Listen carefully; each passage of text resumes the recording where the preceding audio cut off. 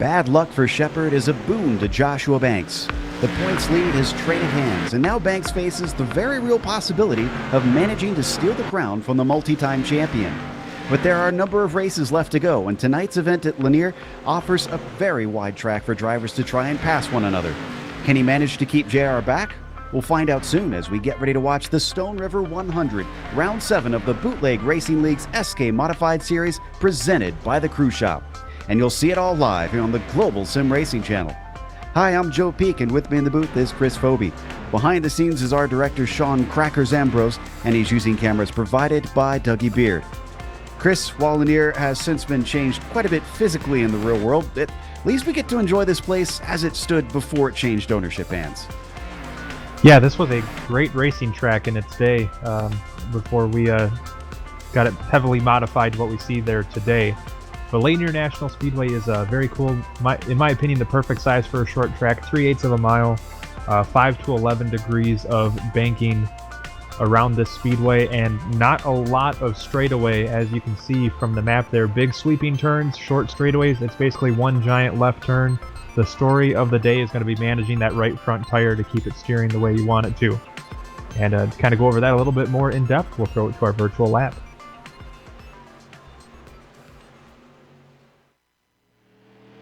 Hello everyone and welcome to the Global Sim Racing channel. I'm Brian Yazek, taking you for a spin around the Lanier National Speedway in the GSRC SK mod. Without further ado, here we go.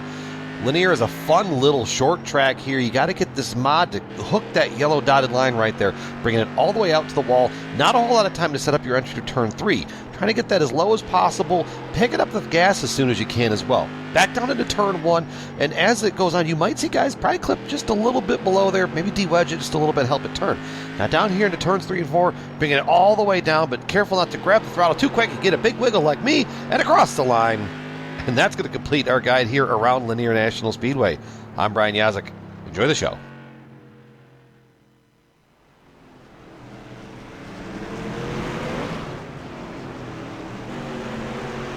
You can see, like Chris was saying about, there's very little straightaway around here. It's a lot of constant steering. But Chris, it's one thing to get the view from our lap guide, but we have drivers who've actually put laps in out here in the dark. And you've caught up with Josh Buckley to talk a little bit about how it's feeling. Well, Josh, you got some laps in practice today. How are you feeling about the race today? I'm all right. Still trying to figure it out a little bit. Obviously not the fastest that I was hoping to be or faster, but I mean, 100 laps, I'll start to figure out what other guys do with the lines and go from there. Now, with a track like this where it's a lot of turning and not very much in the way of straightaways, how do you set people up for a pass on a track like this? It's not going to be easy, that's for sure. Definitely the guys here, very competitive. Try not to give you that lane if they're not, but it's just going to be, I think the biggest thing is just make a wider arc on the entry of the corner and try to get the runoff. Very cool. Now, as somebody who's an auto glass technician in real life, does it bother you that these cars only have half a windshield? It doesn't bother me at all. All right, Josh. Well, we wish you the best of luck tonight, and good luck getting her turned up and headed to the front. Awesome. Thank you. That was Josh Buckley, going to be racing in the number 2 machine tonight. You see him getting ready to head out after our interview just now. Of course, as always, don't forget that this series is sponsored by the Crew Shop, because the Crew Shop has been in operation since 1986. They are a team of highly experienced travel agents that have a huge passion for travel. They specialize in cruises, all-inclusive resorts, escorted tours, Disney and family travel, groups, honeymoons, and weddings. They would love the opportunity to help you plan your next vacation. Give them a call today at 260-755-6125 or visit them on the web at thecruiseshopfw.com. The Crew Shop is dedicated to fulfilling their clients' dreams one destination at a time. Our next destination, though, here in the intro is going to be to the Points Championship. I talked a little bit about it, that it is now Josh Banks up at the top. And it's a 4-point lead. Now, that's not going to sound like a whole lot, but in this series, remember, it can be a little bit difficult to overcome gaps. Winds certainly help with that, as Josh Banks discovered. And unfortunately, JR discovered that having problems is really what hurts you course, he already knew that with multiple championships. He knows how to win these things.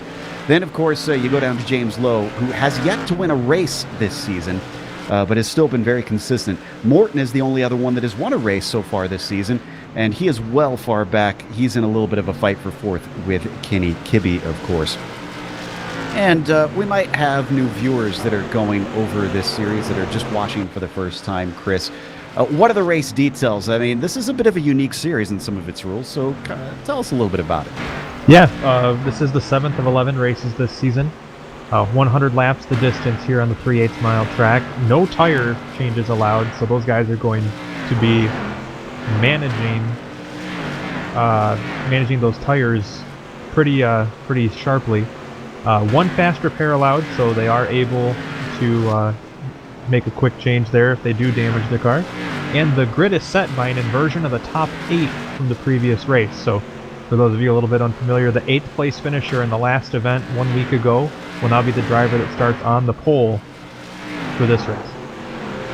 Seems simple enough, but a little bit less simple trying to work your way forward with a lot of cars to pass each week. Also, if you're enjoying the GSRC, the Global Sim Racing channel, well, might as well show a little bit of your enjoyment to everybody else with our merch store. We've recently opened this. We have all kinds of cool products in there. One of those is our new beanies. Now, these are special made. They're very stretchy. They can stretch large enough to double as a sweater. That's going to be important since it's cool weather out there now. And, well, some racetracks do go a little bit longer into the season, especially here down south like we've got here at Lanier. So it could be a little bit chilly at night. Make sure and grab one of those, and then, well, maybe if you forgot your sweater, you'll be safe off. Our link is in the description below in the YouTube channel. So if you want to check out the store, all you got to do is click that. I tell you what, Joe, up here in Michigan, where I'm from, it's approximately negative 800 degrees outside, and I'm wearing 3 of those hats/shirts right now. See, they come in handy right there. The proof that they work. It's actually literally the only thing keeping me from hypothermia right now. I'm actually out in Colorado right now, and we had a very nice warm day of 60 degrees, but that was unusual compared to the previous weeks. Anyways, I digress. 6 minutes until we get to the grid as drivers are simply warming up. One of those that is warming up right now, sitting in the 8th spot, which doesn't really mean a whole lot here in warm-up because that has nothing to do with how they grid, is Sarah Maria Spiller. Unfortunately, one of our favorites here, a crowd favorite, the number 8, is not going to be with us next season. And I think this might be her last race tonight, from what I understand. Yes, it is. This is her last race, as though she's currently racing in South America right now. She'll be moving back to Europe, over to Germany very soon here. And unfortunately, the time difference will make it very difficult for her to compete. But our best wishes to Sarah. Hopefully we'll get to see a good finish from her tonight, as we usually enjoy getting to watch her compete with all the guys out here. Right now we've got Justin Morton up on the top of the timing sheets in the warm-up. No surprises, J.R. Shepard is following him there. I talked about Lowe still not having his first win, and he's won in this series before. We've seen him run very competitively. Obviously he can with him being up in the points here, Chris, but is this a track that, with it being this wide, is it going to be a good place to try and manage to get that win, or is it actually pretty difficult to try and get up to the top here? Well, I think the width of the track can be deceptive with how short the course really is, and these are pretty fast cars for a track this size. So I think we're going to see a lot of fighting for the yellow line here. The banking isn't too severe, so not a lot of ability to chase the car if it gets out of hand. So I'm going to say that passing may be at a premium here today. Well, we'll watch out for that and see if anybody can prove us wrong. Hopefully we'll get some good action and battles out there. Sometimes, though, a good thriller can just be a pressure cooker without any passes happening, and the thought of one potentially trying to get one in. Seeing one of our cars riding low, and at first I thought maybe he was trying to practice hooking the bottom there, but it looks like he's just hanging out there at the bottom, trying to let everybody through.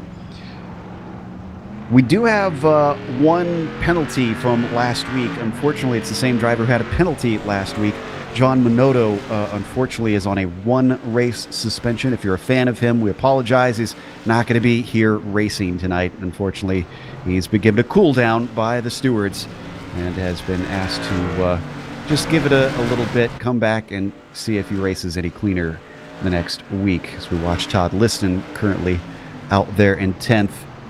Chris, have you ever been in a league where you got a little bit of a race ban, been told to go sit down for a while?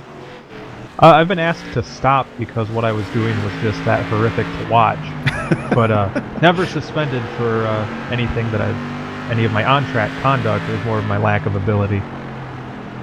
I feel you there. Certainly not my strongest point. About the only thing I have going for me is that I'm consistent, even if it's consistently slow. Just about 3 minutes to go now left here in the warm-up. A couple of surprises I'm seeing a little farther down in the timing sheets. Again, it doesn't always mean a whole lot. Bruce Pearson's dead last. We have a lot of cars out here today. He's currently sitting in 24th.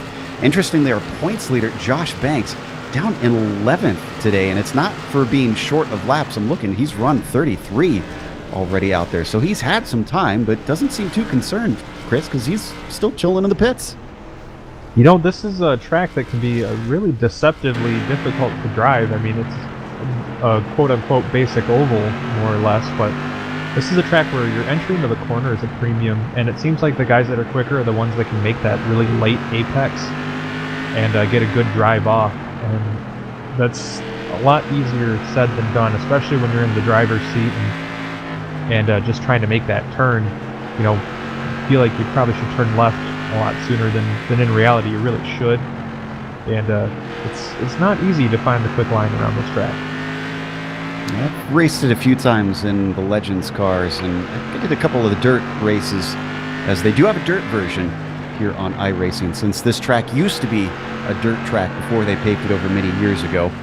And both of them very difficult to figure out how to be fast. We have one of our viewers hailing from North Carolina, apparently the area that is actually Mayberry out there.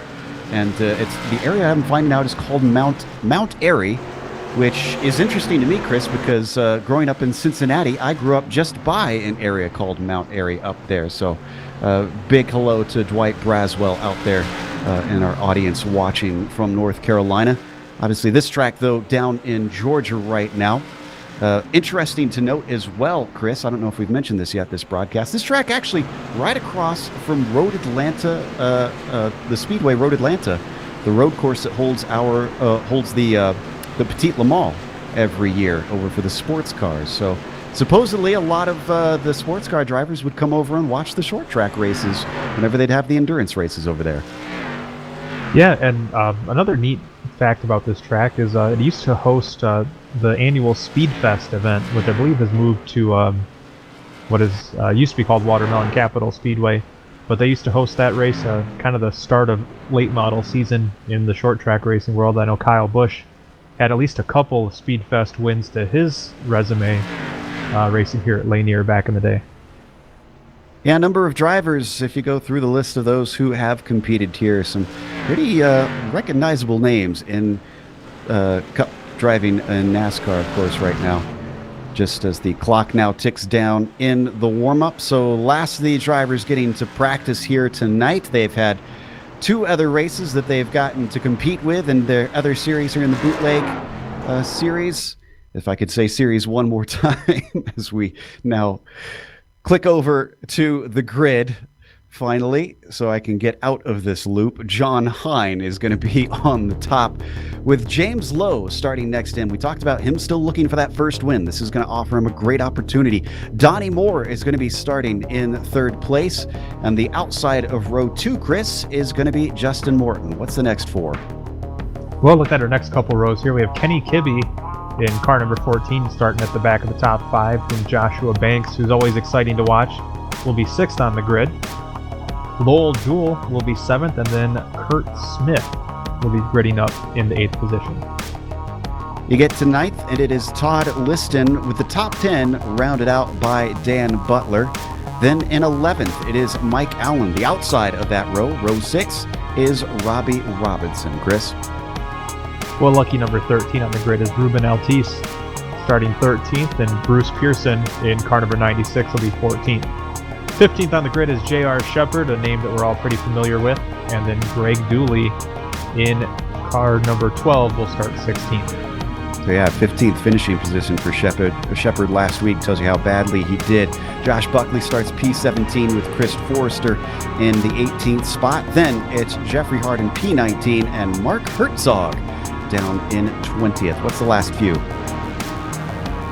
The remainder of our grid is going to see Austin Belkey, Andy Tico, Joe Segala, and Sarah Maria Spiller completing the grid. All right, 2 laps behind the pace car before they get going for green. 100 laps of racing today, and they can't change those tires. You have to preserve your stuff, and since it is a lot of turning around here, I wonder if that could wear them out pretty quickly, especially with the high speeds of these cars. Waiting for that Mustang pace car now to peel in as it comes out of turn 4. Down into pit lane, given control to John Hine. Green flag is out. It is a very late jump. It actually checks up the cars behind him.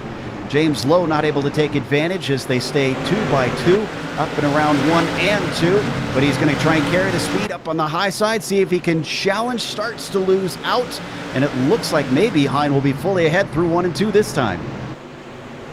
Yeah, very interesting start there. Stacks the field up, but it looks like it's worked out so far as Hine continues to lead, and James Lowe now beginning to peek to the inside. Ooh, thought he was going to go for it there going into turn 1. You can see Morton stuck on the high side there in the number 9. Down low, that's Kenny Kibbe in the 14. They're both going to get in line now. And it looks like James Lowe, another bit of a look on the low side, heading down into 1. We got a spinner. That is Morton once again. No caution yet, and another car spinning. Now we got a caution. That was Josh Buckley. Yeah, it looked like Morton got just tagged in the back and sent him around, and then the fun kept on going. Yeah, Buckley's actually got a little help. That was Chris Forrester who got into him. There you see it right there. Ooh, and the 2 with a very hard hit. Wonder if he's going to have to take his spare car from that as it pancaked the side pretty significantly.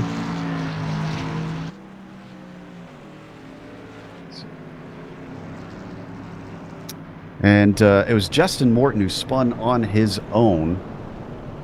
He was down low. Not sure if he... See, it looked to me, and I only caught it out of the very back of... corner of my eye, but it looked like somebody might have gotten into the back of Morton to send him around, but that's just based on the way it looked like he spun. I could definitely be wrong there. Let's see here.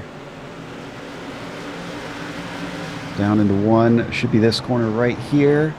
No, you may be right. From that angle, it did look like the 3, which is Lowell Jewell, did give him a little bit of a tap. It wasn't decisive from that angle.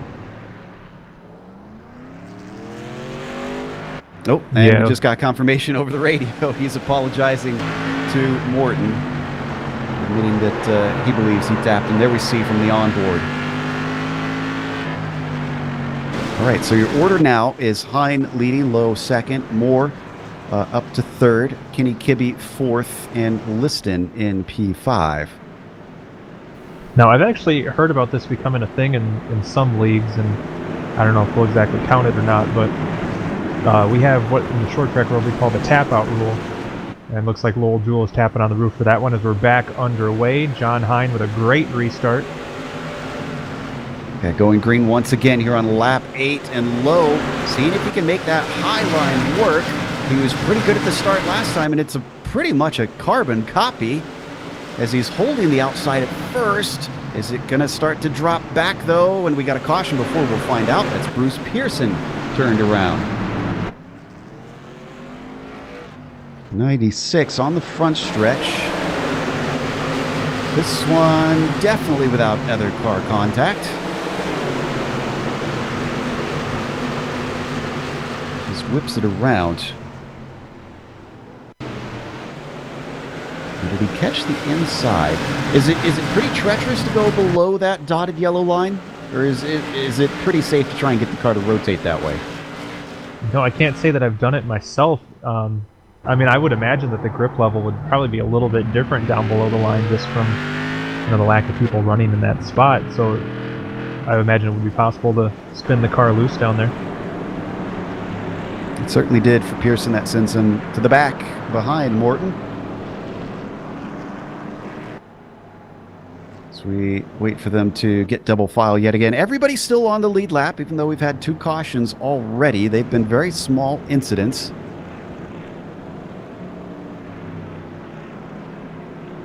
So, update on Shepard after starting 15th, the few green flag laps that we've had. He's climbed to 9th already. Taking a look at that number 98. That's 6 positions gained.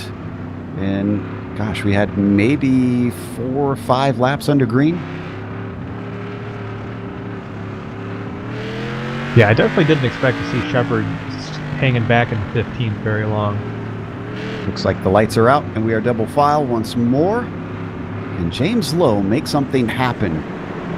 Could he get a jump? Could he maybe figure out how to get enough grip? Maybe squeeze Hine down at the bottom, pinch him in. Hine's not going to let him get the opportunity this time. He gets a very good jump. In fact, it looks like the 99 might miss out on second place because here comes Donnie Moore to his inside.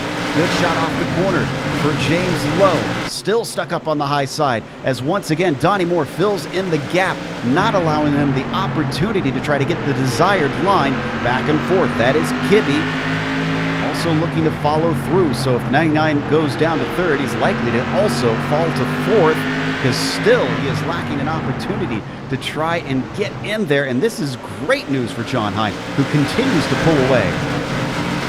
And if that wasn't enough, Kenny Kibbe looks a little racy tonight too, as he looked like he might have been looking to make it 3 wide there for a second. Wow, this is horrible for the number 99. Liston to his inside already. And here comes J.R. Shepard, all the way up to 6th. We've only had a couple more laps under green, and he's gained 3 more positions. He's going to make that 4 soon, as he's going to follow Liston through as we ride on board, and you can see that bright green and yellow 99 up on the high side. Battle for second right now, Joe. The 14 of Kibbe stuck his nose to the inside of Donnie Moore heading into the last turn. Moore shut the door and Kibbe backed out of it, but the battle is still raging on for that second spot as Kibbe takes a peek once again as they headed towards turn 1. I don't think Moore is going to be in any condition to try and allow a car through at this point. He wants to hold on to the back of Hine to see if maybe he could get his first win of the season. Oh, but he's going to be denied down to the inside. Look at that. Kenny Kibbe. And in one corner, he manages to move himself into 2nd place. Whoa, we had a big checkup in the back. It is chaos in the mid-pack. Backpack, actually, because we had a car around. That is Andy Tico. Trying to see exactly what started this.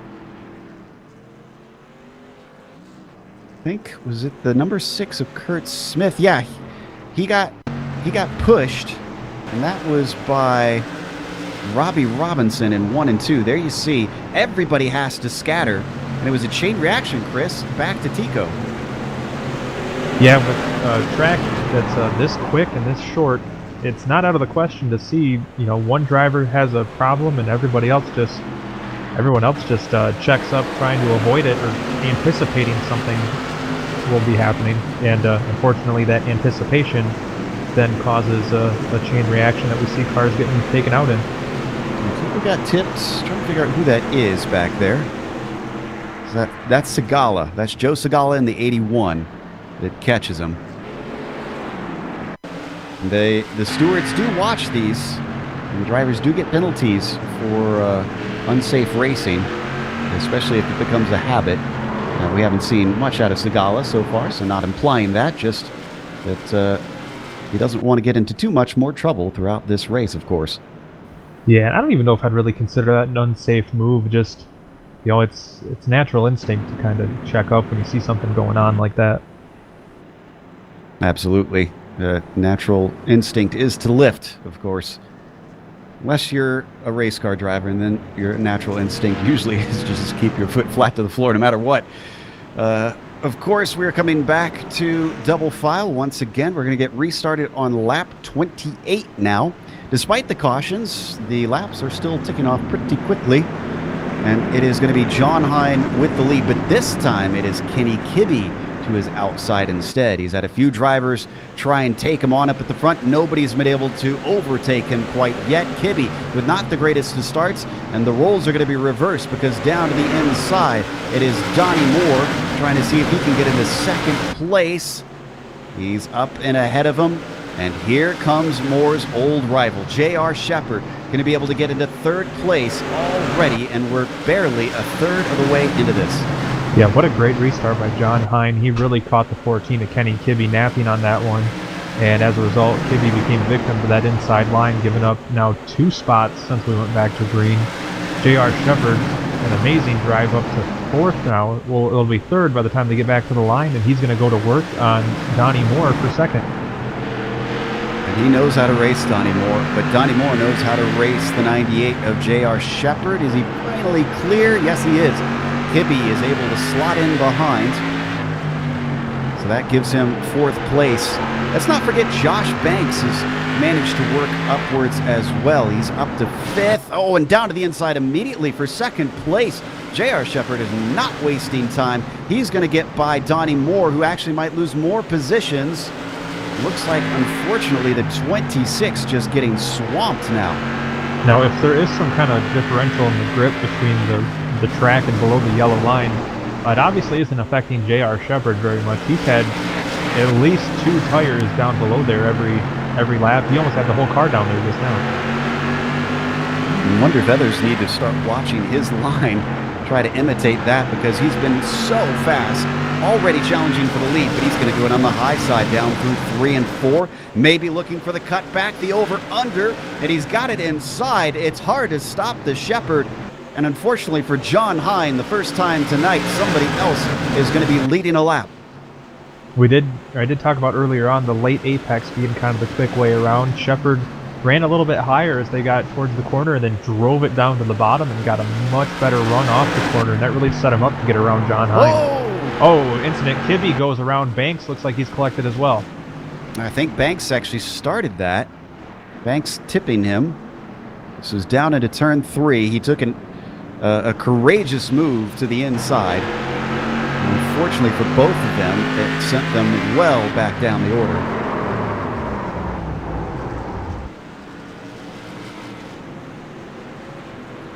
Almost looked like a little bit of ghost contact from that perspective. Everybody doing a good job of staying away from them and down low so that we didn't have more drivers involved. Oh, did we have a problem during caution? Yeah, we did. We had the 57 of Herzog get sandwiched and turned around. Well, not quite turned around, just turned into the wall, it looks like. And the number 9 of Morton also came to a halt in that, but I don't think he hit anything. They see the tail end of the incident.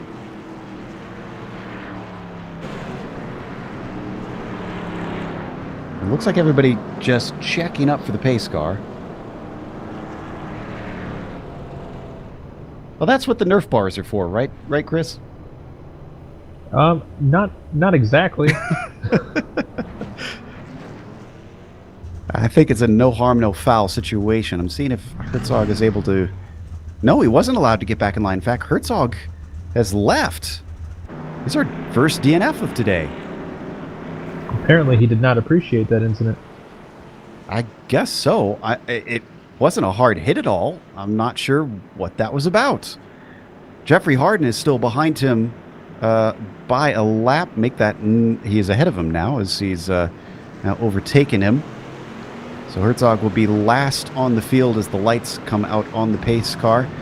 As Harden is second to last, but at least still running with a lot of laps to make up. So J.R. Shepherd with the low line and with a clear track in front of him. Hine's going to try and give him what he can on this restart, but what has he got underneath him? Not enough on the restart, unfortunately, as immediately Shepherd gets the jump, but heading down low, John Hine going to try and cover that off. Meanwhile, battle for third between Liston and Moore. Moore up on the high side. That's not been working out for him so far this race. Yeah, I almost wonder if maybe John Hine hung back a little bit on that start to get that inside line cleared so he could possibly dive down there and protect himself. Another big checkup. A lot of cars getting back to front, but no caution. Nobody turned around. Everybody keeps their heads cool. Well, I spoke too soon. Dan Butler. Dan Butler losing it down into one, and that was a 3-wide situation to his inside. Trying to figure out who that is.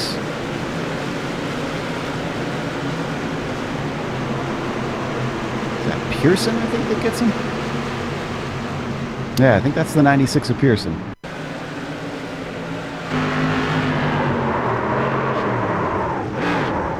Three into one just doesn't go sometimes.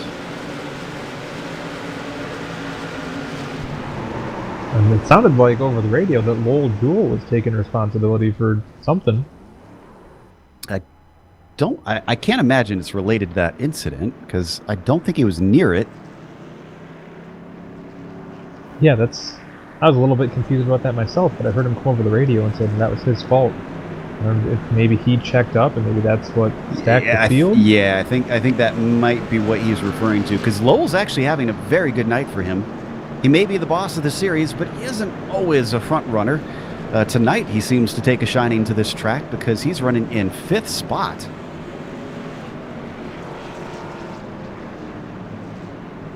Just behind Donnie Moore. There you see the number 3 of Lowell Jewell. While we've got the opportunity here during the caution, I want to give a big thank you once again to Stone River Outfitters for sponsoring this race, the Stone River 100. Big tip of the hat to them for helping bring this one to air. In fact, Donnie Moore, who we ride on board with right now, one of those drivers who rides for Stone River Outfitters. So go double file once more. Donnie going to be starting on the outside. I'm trying to remember, I think we've had one restart where poor Donnie has finally had the inside line. But he's not doing too bad considering he's in 4th place currently. Just seems like he always is having to fight hard to try and stay up at the front. Green flag is back out. Number 98 with another big jump. Doesn't work out for Hine this time. Down low, Todd Liston already trying to pull 2nd place away, and immediately a caution. Big wreck back in turn 1. Buckley looks like he's involved. The 44 of Hardin, I see Dan Butler in there. As well as, Josh Banks, our points leader. And he was one of the ones that was at the start of the incident. The 2 of Buckley gets him around. Spiller gets a bit of it. Then Hardin and Butler kind of slide into the mess. Yeah, Banks is giving a nice little tap to the back of Josh Buckley, possibly expressing some displeasure there on the track. That didn't work out well for them. I believe we have an interview ready with one of our drivers, an in-race interview, as we watch on board. Ooh, Sarah got a big chunk of that wreck. Let's see who we've got lined up here. Looks like we actually have our leader, J.R. Shepard, with us. J.R., this is Joe up in the booth. You have a copy? I got you, Joe. J.R., you started in 15th after last week being so disappointing for you. It seems like you have made some lemonade out there today, as they say. Yeah, it's been one of those seasons where everything's been really aggressive, and I've kind of been on the losing end of it. So changing my strategy, and I'm going to run hard, and hopefully nobody gets in the way too much. Well, it's worked out really well. In fact, your pass for the lead was mighty impressive, cutting back underneath with that late apex. Did you intentionally set that one up, or is it something that just kind of happened and you went with it? No, I did that on purpose. Lanier is one of those tracks where you can do that as long as you time it right, and you get off the throttle and back on it perfectly. Works out for you most of the time. So that was planned. Well, it was executed beautifully. Chris, you got a question here? Yeah, JR, after last race, you ended up on your lid. Does it feel a lot better to be the right way the rest of the Earth today? Yeah, we'll see. There's still half the race left, so a lot can still happen. Crossing fingers that we don't jinx it. Yeah, and we got to let JR go because they're double file, and we're getting ready to go back to green. So we'll drag him back up as we get ready to go racing. Green flag is out. Off and into the lead once more. Liston, who tried to get by John Hine, didn't have enough racing time to try and complete the pass. This time he's doing it again, but I think Hine is wise to it as he's carrying his speed well. And I think that was Lowell Jewell who lost control down low, losing tons of spots and falling down the field. How about that great spatial awareness between John Hine and Todd Liston there? I thought for sure Hine was in caution on the track, so we'll save that point. Trying to figure out where this is. I saw some cars getting turned around, and now I can't find them. This is mid-pack. Must have gotten turned back straight. Yeah, that's Segala here. Robbie Robinson made the contact. Segala expected to be able to cut down a little bit lower. We're seeing the 81. Unfortunately, it was just not quite 3 wide, but just about there. So unfortunately, there was going to be a car there as car behind him needed space. Robinson, going by Lowell Jewell, who was slow.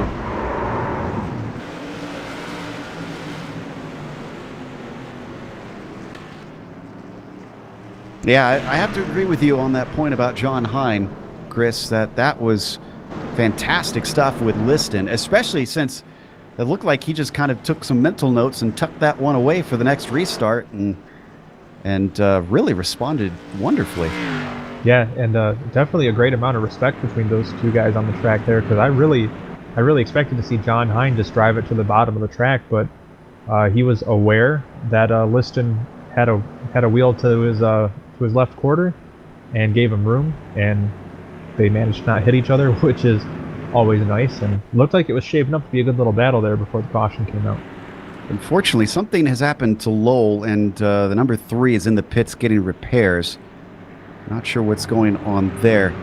What surprises me at this point, Chris, is usually when we have a race with this many cautions, we see a lot more drivers who have taken pit stops, either to get repairs or a spare car. We've only had 5 of them. 1 is DNF'd, so 4 cars still running that have been in the pits. Everybody else has just kept it going. I mean, there's been a lot of incidences in this race, but not a lot of cars are getting caught up in it. All right. Let's get some green flag racing, though. Been a little bit of yellow heavy laps here just recently, but we have had good racing in some decently long periods. Can we keep it green for a while now? The 98 once again up to the front. Can Hine get down low? Liston's going to challenge him again. This time, though, he is looking like he is much farther alongside. The battle for second place rages on as behind them, Lowe and Moore giving watch, seeing if they can get their noses stuck in. Yeah, Lowe didn't look like he had a great exit off that last corner, but he didn't lose too much ground as he now works past the 26 of Donnie Moore, and he'll go to work on the 21 of John Hine.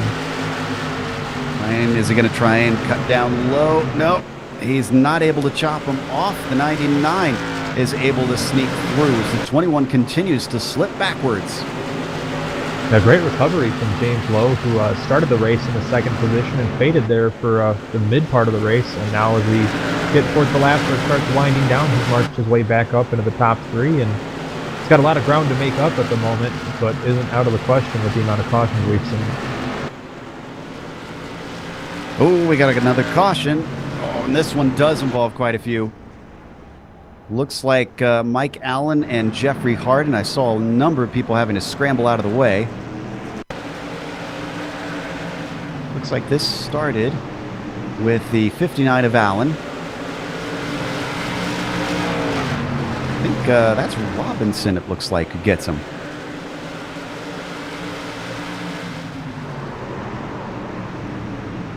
Goes around. Most are able to scatter and get around him, but he takes a couple hard hits, the worst from the 44 of Harden.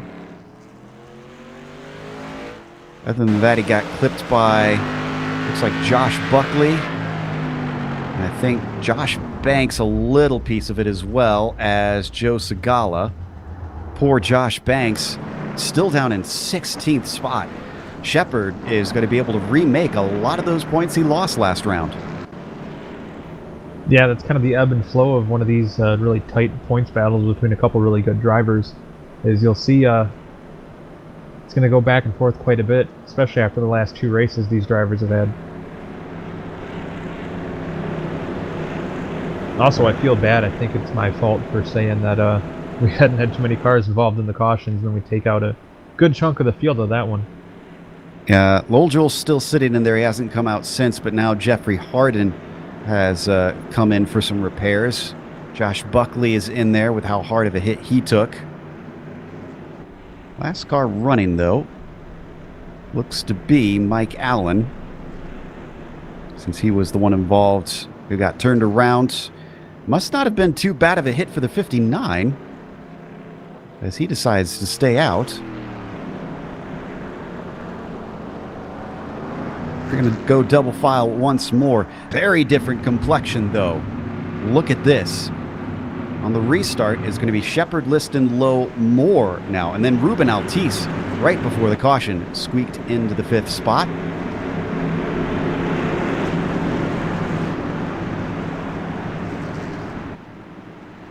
Pace car is in. Green flag is out. J.R. Shepard, a decent jump. And Todd Liston getting a bit of his own medicine, because now James Lowe loves that low line, fittingly enough, is going to try and get himself into P2, but it is a drag race around the circuit, as neither is really able to get the edge at first. The 99 starting to squeak ahead a little bit. And finally, he gets through into P2. Liston falls to 3rd. Behind them, Ruben Altice up to 4th.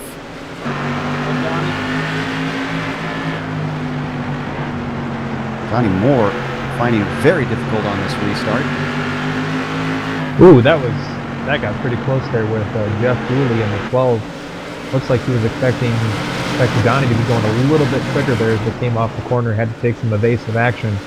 But everybody keeps it pointed in the right direction, as now he's Donnie Moore dropping another spot to a couple pretty quick cars there. And Altice trying to fend off Forrester, who's looking to take that 4th place away. Ducks underneath, tries to hook that apron. Doesn't quite give him the speed that he needs, but we're seeing a few more cars really getting down low and hitting that flat. You know, I got to think those drivers that are really using up that bottom part of the track, I'm not sure how that's going to be used to fire. Oh, caution! Got a caution. I'm not sure if it was due to the 11 going around, because it came out almost as soon as he made contact. What if we had 2 incidents at once happening?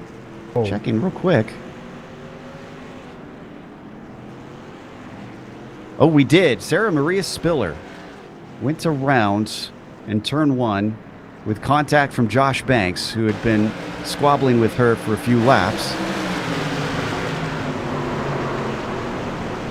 There's that contact. That's what caused the caution. And then as soon as it was flown, Altice gets turned. Where does that send Altice, actually? Down to 16th.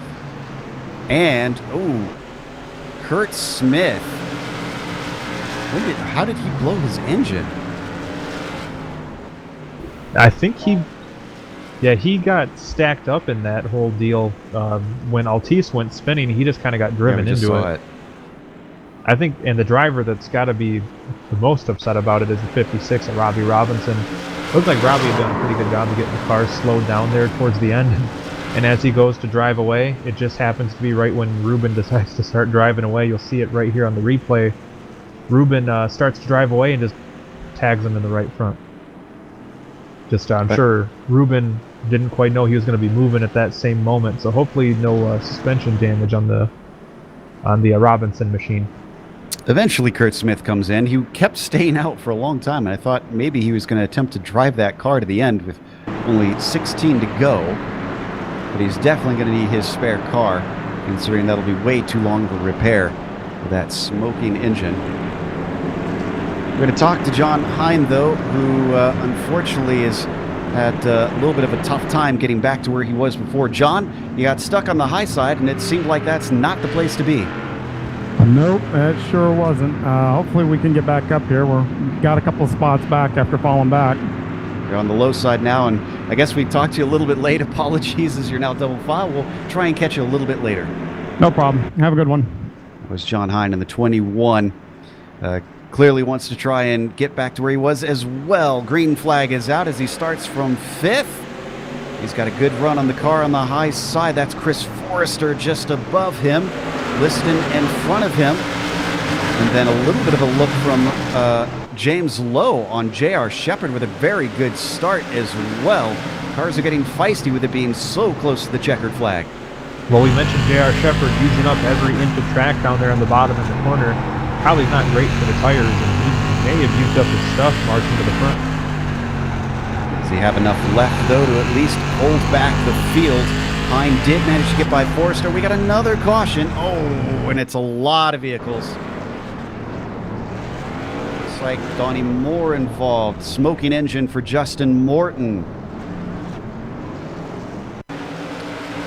Actually, not Morton. It was Buckley who was... Nope. Can my cameras get on the right car? Robinson was the one. But Morton was involved. There you see the number 9. Turned around. Morton is the smoking car up at the top side that you saw.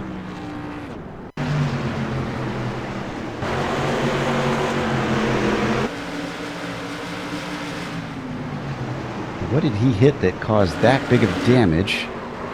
Oh, it was Donnie is what he hit.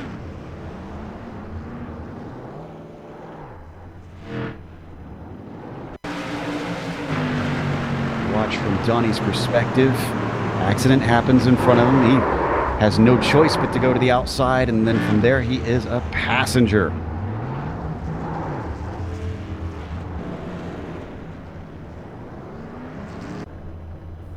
Yeah, to say it's been an up and down day for Donnie Moore, I think would be an understatement at this point. What about our championship contenders? Lowe, who is in 3rd in the championship, still sitting in 2nd. Where is Banks? Man, Banks still mired down in 17th. The 36 doesn't seem to be able to do anything to get himself back in the game.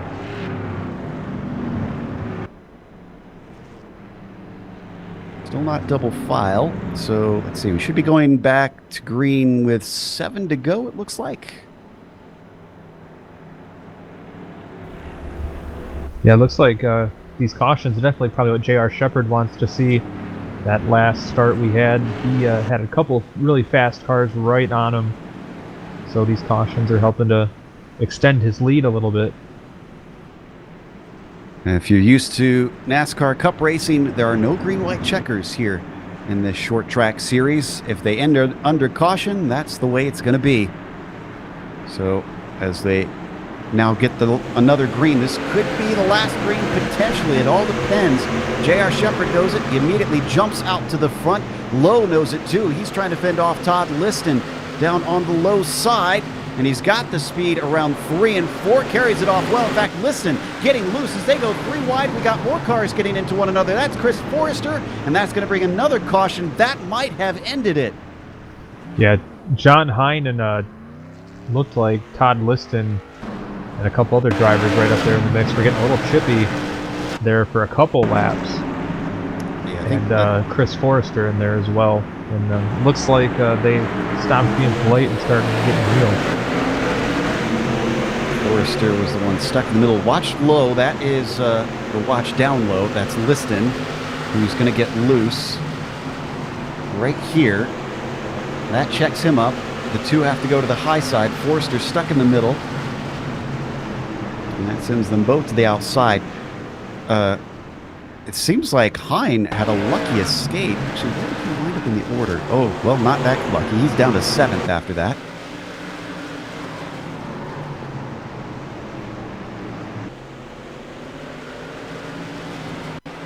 Yeah, I don't know if I would call it lucky, but it definitely could have been worse. Yeah, this is a sort of a neutral result, you could say. Let's see him continuing on. Gonna have a little bit of damage, but again, we're not sure that we're getting going green. You can see we're 3 to go. Unless we get double file this time, this race is over and Shepard has won it. Let's see what the lights do as we watch it come down to the start-finish line.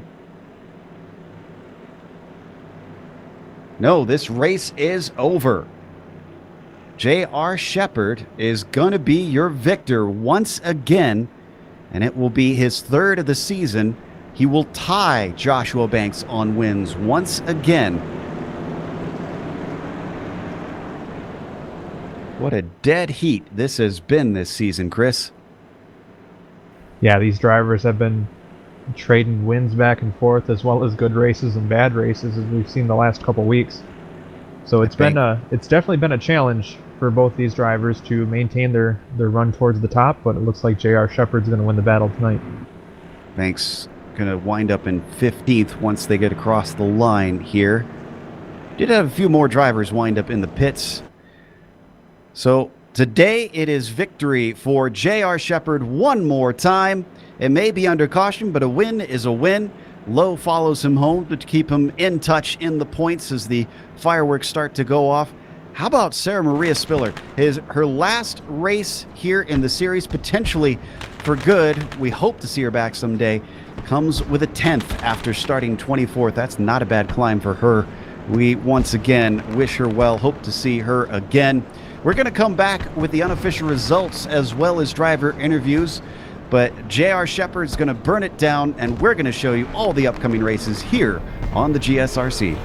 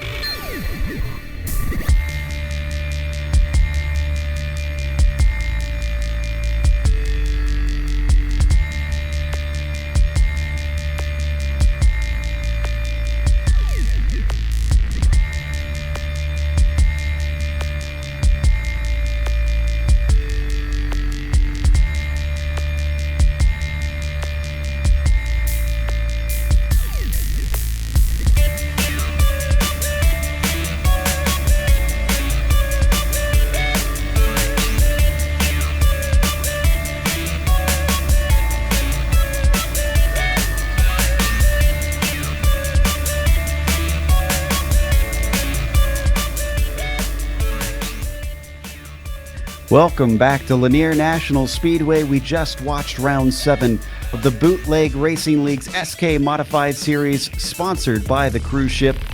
And up at the top, it was J.R. Shepherd. We think he might have the points lead back after this. We'll try and get you updated on that when we can. James Lowe followed him home. He's still third in the points. He might actually be up to second, depending on how badly this hurts Josh Banks. Todd Liston rounded out the podium with Jeff Dooley behind him in P4. Kenny Kibbe with a 5th place today. Then you've got Dan Butler taking home 6th with John Hine, who was on the pole at the start. A very late race wreck that ended it, sent him to 7th. Joe Segala going from 23rd to 8th despite being involved in a few incidents along the way. Mike Allen with a 9th. And as we mentioned before, Sarah Maria Spiller in her last bootleg race for the time being with a 10th. Just outside of the top 10 was Andy Tico coming home in 11th, followed by Bruce Pearson in car 96. Kurt Smith had a rough go of it, but managed to recover to finish 13th. Ruben Altice, involved in an incident there towards the end as well, comes home 14th. Joshua Banks, rough day for drivers at the top of the point standings going into the event, comes home completing the top 15.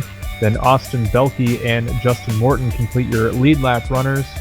And Chris Forrester, Donnie Moore, and Robbie Robinson complete your top 20. 21st went to Josh Buckley, who was a DNF today. So was Jeffrey Harden.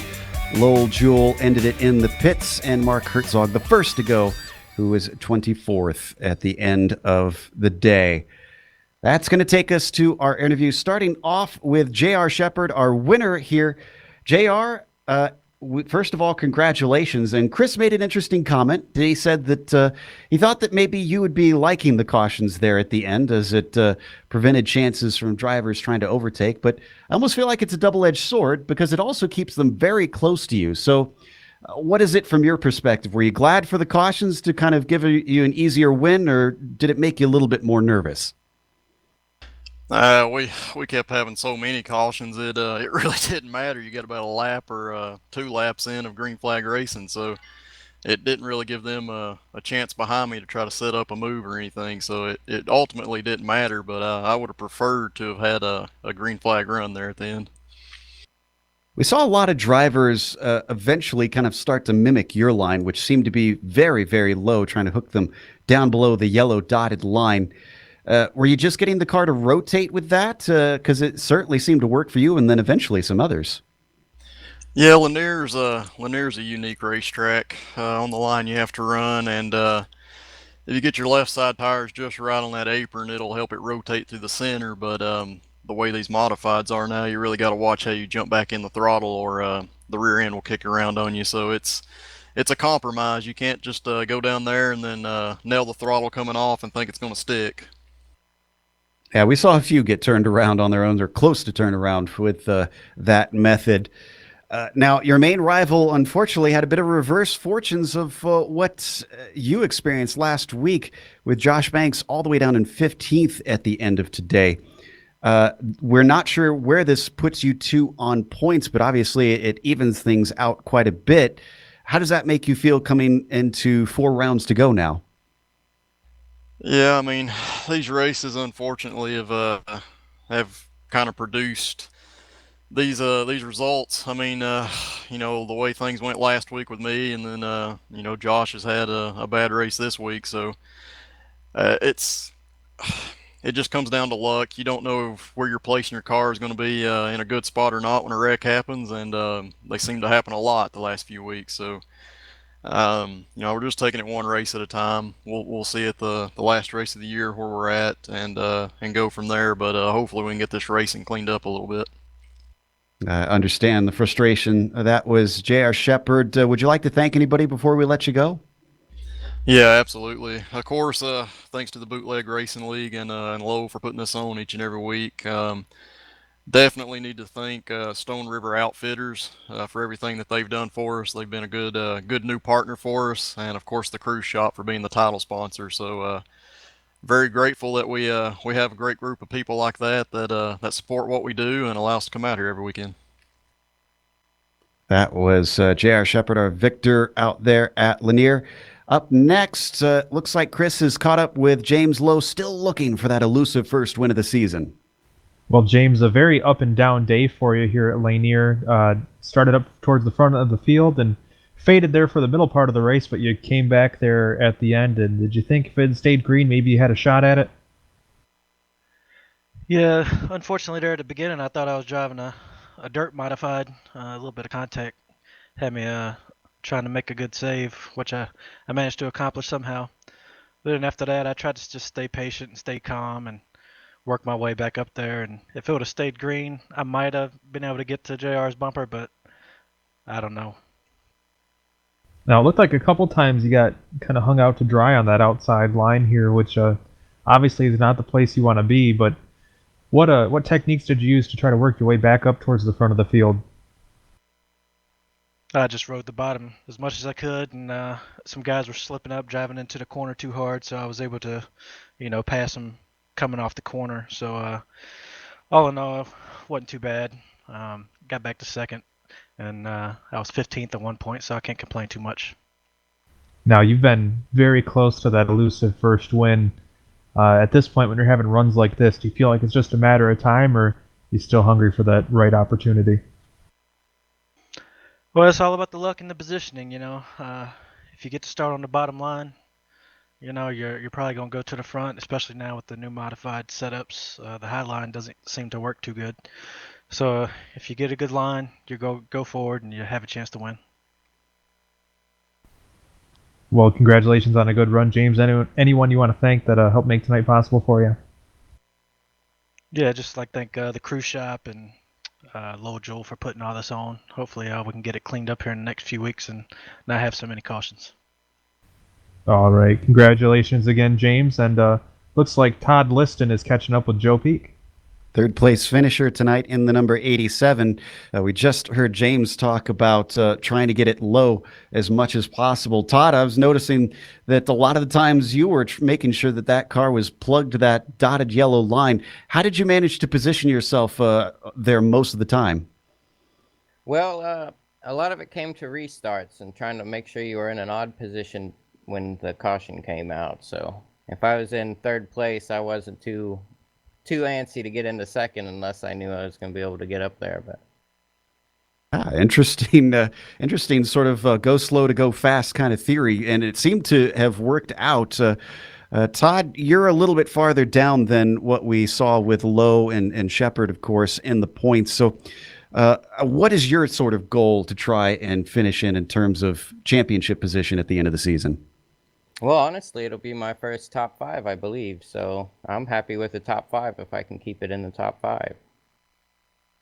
This was something of a wide, flat track, but next week we're going to Stafford. Do you usually fare pretty well there? Can you keep up this podium run? It'll probably be all right. I don't say I would particularly good or bad at that track. We'll see how it goes. Well, we'll watch out for it. Hopefully we'll get to talk to you again. Anybody you'd like to thank? I'd definitely like to thank the cruise shop and Stone River Outfitters for helping put all this on, and Lowell for setting everything up, and everybody out here who comes out every week and races. Well, thank you very much. That was the number 87 of Todd Liston. Finally, Chris is going to be talking to Joe Segala, who will be on pole next week as he finished in the 8th spot. Well, Joe, a tremendous race for you today. Started deep in the field and marched all the way back up to 8th. Had to pass a lot of cars, and you didn't get the win today, but you're going to set yourself up for a good position next week. How are you feeling about that race coming up, or knowing you get to start on the pole? Knowing I get to start on the pole is going to be great. Stanford's a fairly decent track for me, so hopefully I can hold off the field. We'll see what happens. Now, there was a lot going on in this race, lots of cautions, and I know you kind of got in the mix a couple times, but for the most part, you were able to keep your nose clean and made it up to 8th. And how does that feel to make a run like that at a track as tough to pass as Lanier? Absolutely awesome. I was hoping to have a good race tonight. I wasn't expecting anything this good. But, yeah, I missed last week, so I had to start in the back and just tried to keep avoiding accidents, got involved in one, saw my life flash before my eyes a couple of times, but happy with the finish. All right, Joe. Well, we wish you the best of luck next week. A great opportunity for you at Stafford, and hope to see you hang on towards the front. Is that if I thank a few people real quick? Oh, yeah, of course. I got to thank our sponsors, Cruise Shop and Stone River.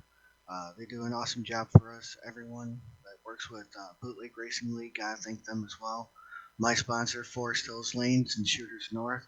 And if I don't get this thank you out here, I may not be able to race next week. So I gotta thank my girl. She puts up with a lot of stuff so I can do this. So thank you very much, babe. All right. Thanks again, Joe, and we'll see you next week. Always a good idea to thank your partner, as we're going to get ready to close up, and also thank some of our partners for this series. We heard a lot about them there from the drivers. The Cruise Shop, of course, the big one. You can reach them at 260-755-6125 or their website, thecruiseshopfw.com. Of course, Stone River Outfitters for sponsoring today's 100-lap race. A big tip of the hat to them. And a big thank you to the Bootleg Racing League for bringing us back for another season of coverage. Also, thanks to the companies that provide the software and the hardware for our broadcasts. You can see them listed here on your screen. Additional thanks go to June Lalonde, who provides our wonderful music. See the screen for how to get a hold of more of her great work. And also thanks to the team today, Chris, Sean, and Dougie. If you'd like to find out more about GSRC, including upcoming races, you can find it at globalsimracingchannel.com. We're also on social media. Our Twitter is at GSR Channel, Facebook, Global Sim Racing Channel, and Instagram, GSRC_Graham. If you'd like to support the channel, check us out at our merchandise store. It's on our website. There's a link there, or you can go directly there to gsrc.storeenvy.com. Link is in the description below as well. Don't forget, head on over to our YouTube page, and you can hit that big red subscribe button so that you won't miss a moment here on the GSRC. Next race, as we mentioned, we're going to Stafford. That'll be Saturday, November 16th at 8:50 p.m. Eastern. But we have upcoming races for other series listed on the screen, so check those out and mark them down on your calendar. But until next time, race clean, race hard. We'll see you on the track.